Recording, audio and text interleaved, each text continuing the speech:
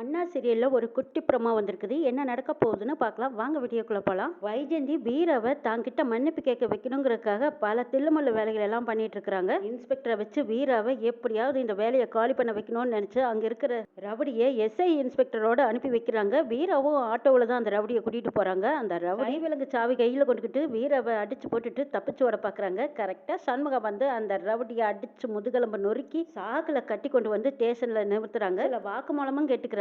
கேட்டதுக்கு அப்புறம் என்ன இன்ஸ்பெக்டர் ட்ரைனிங்காக புதுசா ஜாயின் பண்ணிக்கிற எஸ்ஐ கூட இவ்வளவு பெரிய ரவுடியை ஒரு ஆட்டோவில் அனுப்பி வச்சிருக்கீங்களே, இது சரியான்னு கேட்குறாங்க. இன்ஸ்பெக்டர் பதில் சொல்ல முடியாம திக்கு திணற நினைக்கிறாங்க. அது வந்துன்னு இழுக்கிறாங்க. எது அவன் கொடுத்த வாக்குமூலமெல்லாம் என்னோட போன்ல தான் இருக்கு. இப்பவே வெளியிட்டா பயங்கரமா வைரல் ஆகும். எப்படி சௌகரியம்னு கேட்குறாங்க சண்முகம். இதை கேட்டதும் இன்ஸ்பெக்டர் ஆடி போயிடுறாங்க. ஐயோ அண்ணாச்சி, அப்படி எதுவும் நடந்துடக்கூடாது, இனிமே இந்த தப்பு நடக்காதுன்னு கெஞ்சாத குறையா சண்முகத்துக்கிட்ட சொல்றாங்க. அப்படின்னா இப்படி வாங்க அப்படின்னு தனியா கூட்டிட்டு போய் இனிமே ஏன் தங்கச்சி உன் தங்கச்சி மாதிரி நீ பாத்துக்கணுங்கிறாங்க. சத்தியமா இந்த ஸ்டேஷன்ல உங்க தங்கச்சிக்கு இனிமே என்னால எந்த ஒரு கஷ்டமும் இருக்காதுங்கிறாங்க. சண்முகம் போறத பெருமையா பார்த்துட்டு இருக்காங்க வீரா. கூட வேலை செய்யற போலீஸ் கான்ஸ்டபிள் ரைட்டர் இவங்க எல்லாரும் வந்து வீரா, உங்க அண்ணன் இப்படி சமயத்துல உனக்கு கடவுள் மாதிரி உதவியிருக்காரு, இப்படி ஒரு அண்ணன் கிடைக்க நீ கொடுத்து வச்சிருக்கணுங்கிறாங்க. ஆமா, எங்க அண்ணன் எப்பவுமே அப்படித்தான் ஆபத்தான நேரத்துல வந்து கிட்ட நிக்குங்கிறாங்க வீரா. சந்தோஷமா சொல்லிட்டு இருக்கும்போது இன்ஸ்பெக்டர் பார்த்துட்டு வெறுப்பா சொல்றாங்க, எல்லாரும் போய் அவங்கவுங்க வேலையை பாருங்க, இப்ப என்ன நடந்துருச்சுன்னு இப்படி கூடி நின்று பேசுறீங்கன்னு சொல்லவும் எல்லாரும் அவங்கவுங்க வேலையை பார்க்க போயிட்டாங்க. வீரா இன்ஸ்பெக்டரை இனிமே இந்த மாதிரி வேலை வச்சுக்காதீங்கிற மாதிரி முறைச்சு பார்த்துட்டு போறாங்க. இன்ஸ்பெக்டருக்கு அந்த பார்வை பிடிக்கல. உடனே வைஜெயந்தி ஏபிஸ்க்கு போன் பண்றாங்க. நம்ம போட்ட பிளான அவங்க அண்ணன் வந்து உடச்செறிஞ்சிட்டா மேடம். ரவுடிய சாக்குல கட்டி போட்டு கொண்டு வந்து ஸ்டேஷன்ல விட்டுட்டு அவங்கிட்ட வாக்குமூலமா வாங்கிட்டேன் மேடம். நான் இனிமே எப்பவும் அந்த பொண்ணு விஷயத்துல தலையிடாத மாதிரி என்கிட்ட மிரட்டிட்டு போறா மேடம்னு சொல்றாங்க. இதை கேட்டதும் சே, நீ எல்லாம் ஒரு இன்ஸ்பெக்டர் ஐயா, அவ மிரட்டலுக்கா பயந்தேன்னு கேக்குறாங்க. என்ன செய்யறது, என்னால எதுவும் செய்ய முடியாதுன்ட்டு போன வைக்கிறாங்க. வைஜெயந்தியோட மகன் கௌதம் வர்றாங்க. அம்மா என்னாச்சு, ஏன் இப்படி டென்ஷனா இருக்கீங்கன்னு கேட்கவும், ஆமா இப்பவா நான் அந்த வீரா கிட்ட தோத்துட்டேங்கிறாங்க.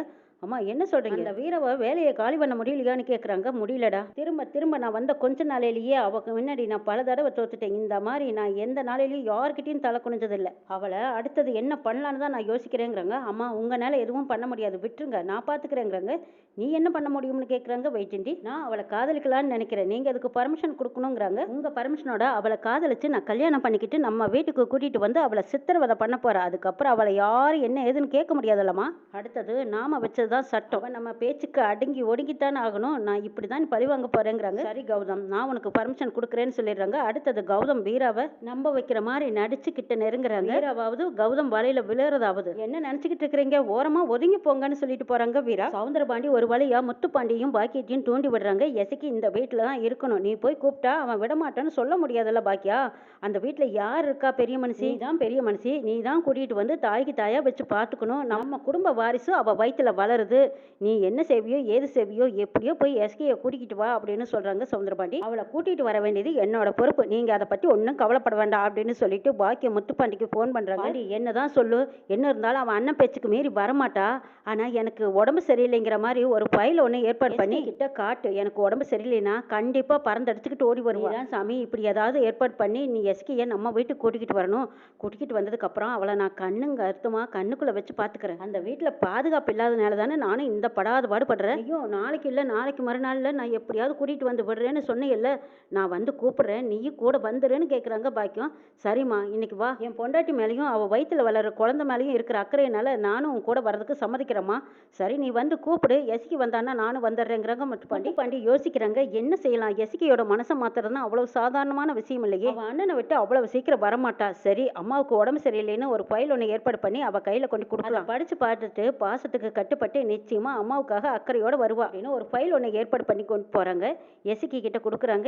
இதை படிச்சு பாருங்கிறாங்க. எசிக்கி இது என்னது, அத்தையோட ஃபைல் மாதிரி இருக்கு அப்படின்னு கேட்குறாங்க. அம்மாவோட மெடிக்கல் சர்டிஃபிகேட் இன்னைக்கு தான் வந்தது, உடம்புநிலை சரியில்லைன்னு ஹாஸ்பிட்டல் போயிட்டு வந்தது இல்லை, அப்போ எடுத்த டெஸ்ட் ஸ்கேன் ரிப்போர்ட் இது எல்லாமே இதில் இருக்கு. எஸ்கி படிச்சு பாருங்கிறாங்க. மூளைக்கு போகிற நரம்புல கட்டி இருக்கிறதாவும் அந்த கட்டி நாளுக்கு நாள் பெரிய ஆபத்துங்கிற மாதிரியும் அவங்க இன்னும் கொஞ்ச நாளைக்கு தான் இருப்பாங்கங்கிற மாதிரியும் ரிப்போர்ட்ல எழுதியிருப்பாங்க. அதை படிச்சு பார்த்த எஸ்கி உண்மைன்னு நம்பிடுறாங்க. படிச்சதுல இருந்தே எஸ்கி மனசு சரியில்லாம அப்படி ஓரமா உட்காந்து அழுக ஆரம்பிச்சுட்டே இருக்காங்க. அவங்க கரெக்டா பாக்கியம் சவுந்தரபாண்டி சனியன் இவங்க எல்லாரும் வந்துடுறாங்க. வந்து எஸ்கி வா வீட்டுக்கு போலாம் வான்னு கூப்பிடுவோம். எஸ்கி முதல்ல அண்ணன் சொல்லாம வரமாட்டேன்னு தயங்கி நின்ன எஸ்கி மறுபடி முத்துப்பாண்டி சொல்றாங்க, எஸ்கி வாழை போலாம் அப்படின்னு கூப்பிடுவோம். எஸ்கி எதுவும் பேசாம அமைதியா நிக்கிறாங்க. ஊர்க்காரங்க வேடிக்கை பார்த்து வந்தவங்களும் சரி, பரணியும் சரி, எல்லாருமே ஒரே மாதிரி பாக்கியம் இருக்கிற இடத்துல எஸ்கி இருந்தானா தான் அவளுக்கு பாதுகாப்பு.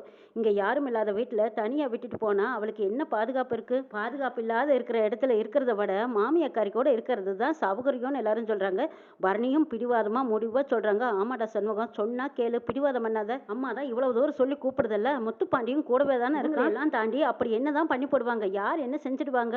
நீ உன் தங்கச்சியை தைரியமா தாட்டலாமுங்கிறாங்க. சண்முகம் யோசிச்சுட்டு, எப்படி பார்த்தாலும் சரி என் தங்கச்சி என்னை விட்டு போக மாட்டாங்கிற நம்பிக்கையில சொல்றாங்க. சரி போய் எஸ்கியை கூப்பிட்டு பாரு, அவ வந்தா கூட்டிக்கிட்டு போங்கன்னு சொல்றாங்க. பரணி எஸ்கி கிட்ட ஏதோ பேசுற விதத்துல பேசி எஸ்கியோட மனசையும் மாத்திடுறாங்க. முத்துப்பாண்டி கூப்பிடவும் எஸ்கியும் சரி நான் அண்ணே நான் போயிட்டு வரேங்கிறாங்க. சண்முகம் மனசொடைஞ்சு போய் நிக்கிறாங்க. என் தங்கச்சி என் பேச்ச மீறமாடா, என்னை விட்டு போக மாட்டான்னு நினைச்சேன், நெஞ்சில ஈட்டி பாய்ச்சிட்டு போற மாதிரி போறாளே அப்படின்னு பாத்துக்கிட்டே நிக்கிறாங்க. எஸ்கி போக மனசு இல்லாம தடுமாறி கார்ல போய் உட்கார்றாங்க. சௌந்தரபாண்டியும் இந்த நிகழ்ச்சி எல்லாம் பார்த்துட்டு மனசுல அவ்வளவு பட்டாசு பொரியுது, சந்தோஷத்துல நிக்கிறாங்க. சனியா முட்டாள் பாக்கியத்தை வச்சு எப்படி காய் நகர்த்தின பாத்தியா? இதே மாதிரி இனிமே இந்த வெறும்பைய வீட்டுல அவன் தங்கச்சிகளை ஒவ்வொருத்தையா நான் பிரிச்சு வைக்க போறேன் பாருங்கிறாங்க சௌந்தரபாண்டி. ஐயா நீங்க சொல்றத சாதிக்கக்கூடியவராச்சு, நம்மளுக்கு தான் பிரிச்சு வைக்கிறது கைவந்த கதையாச்சேங்கிறாங்க. நான் யாருன்னு நினைச்சேன், நான் தான் ஊருக்குள்ள பெரிய மனுஷனாச்சேங்கிறாங்க சௌந்தரபாண்டி. ஆமா இங்க ஏன்னு ஜால்ரா போட்டுக்கிட்டு போறாங்க சனியா. சண்முகம் சாப்பிடாம அப்படியே விரக்தி பிடிச்சு கொண்டிருக்காங்க. பரணி போய் ஆறுதல் சொல்றாங்க, இங்க பாருடா அதுதான் அவ வீடு, என்னைக்கு இருந்தாலும் அவங்க வாழ்க்கையை அவங்க தேடி போறத நான் எத்தனை நிலைக்கு உன் தங்கச்சிகளைன்னு நீ இழுத்து பிடிச்சு வச்சிருப்ப. அவ புருஷன் மாமியார் வீடுன்னு அவளுக்குன்னு ஒரு வட்டம் இல்லைனாலும் என்னைக்காவது ஒரு நாள் அவங்க போய்தானே ஆகணும். இதையெல்லாம் நீ நினைச்சிட்டு அழுகாதடா, சாப்பிடுங்கிறாங்க. இல்ல பரணி என் தங்கச்சி என்னை விட்டு பிரிஞ்சு போக மாட்டான்னு நான் நினைச்சேங்கிறாங்க. போனதுல வருத்தம் இல்ல, அங்க உங்க அப்பா இருக்கானே அவனை நினைச்சாதான் எனக்கு பயமா இருக்கு. அவளுக்கு திரும்ப ஆபத்து வந்தா ஒவ்வொரு தடவையும் காப்பாத்துறதுக்கு யாராவது இருப்பாங்களா? அவளோட எல்லைக்கு போயிட்டு வந்தவ ஒவ்வொரு தடவையும் ஒவ்வொருத்தரும் வந்து காப்பாத்துவாங்களா? எஸ்கி அந்த வீட்டுக்கு போனதுக்கு அப்புறம் உங்க அப்பா சும்மா இருக்க மாட்டாங்கிறாங்க. அப்பாவை பத்தி தெரிஞ்சது தானே, இவ்வளவு பிரச்சனைக்கு அப்புறம் அப்பானால என்ன பண்ண முடியும்?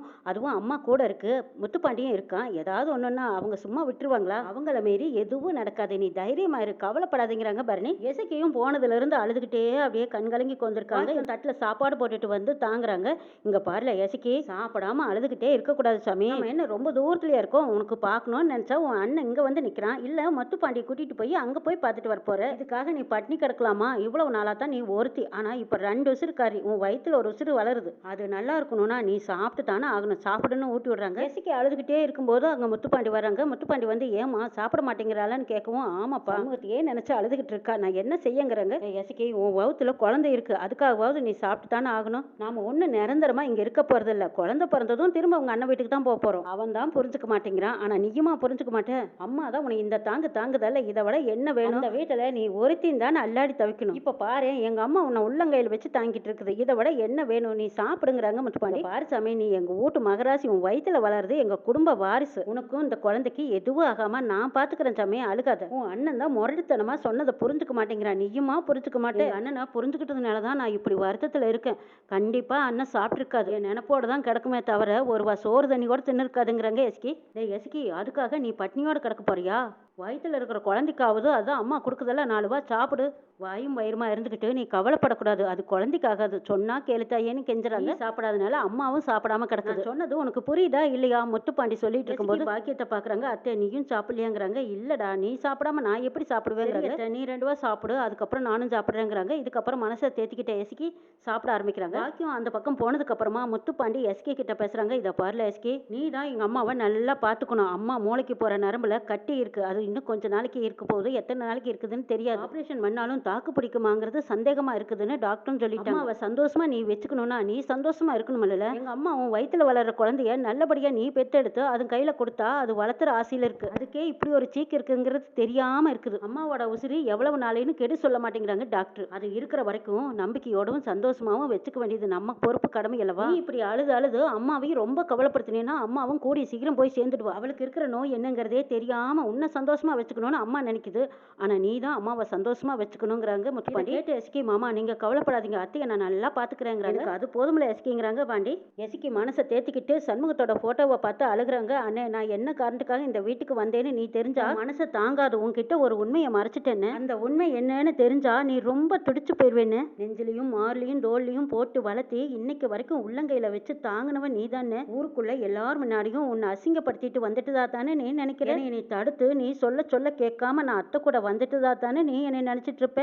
அத்தை கூப்பிட்டதுக்காக நான் ஒன்றும் உன்னைய விட்டு வரல. அத்தைக்கு அவ்வளோ பெரிய சீக்கு இருக்கு. அத்தையை நான் தானே பார்த்துக்கணும். தாய்க்கு தாயா இருந்து நம்மளை பார்த்துக்கிட்ட அத்தைக்கு இவ்வளோ பெரிய சீக்கு இருக்கும்போது நான் தானே கூடவே இருந்து பார்த்துக்கணும். அத்தை இன்னும் கொஞ்ச நாளைக்கு தான் உசுரோட இருக்குமாமே, அது வரைக்கும் அதை சந்தோஷமா வச்சுக்க வேண்டியது என்னோட கடமை இல்லவா. இந்த உண்மை உனக்கு தெரியற அன்னைக்கு அப்ப நீ என்ன மன்னிப்பேன்னு, அது வரைக்கும் நீ என்னை மன்னிச்சிடு அப்படின்னு சொல்லி அழுதுகிட்டு இருக்காங்க எஸ்கி. பாக்கியத்துக்கு உடம்பு சரியில்லைன்னு பொய் ரிப்போர்ட்டை கொடுத்து எஸ்கியை நம்ப வச்சு அண்ணனையும் தங்கச்சியும் பிரிச்சு எஸ்கியோட வாழ்க்கையிலையும் உயிர்லையும் விளையாடிட்டு இருக்காங்க முத்துப்பாண்டி. சவுந்தரபாண்டியோட ஆபத்தான வலையில சிக்கிட்டாங்க. சண்முகம் தங்கச்சி மேல வச்சிருந்த பாசத்தை கிள்ளி ஏறியிருக்காக சவுந்தரபாண்டியும் பாண்டியம்மாவும் வேறொரு பிளான் பண்ணிட்டு இருக்காங்க. சவுந்தரபாண்டியோட சூழ்ச்சி தெரியாம பாக்கியம் முட்டாள்தனம் பண்ணிட்டாங்க. என்ன நடக்குன்னு நாளை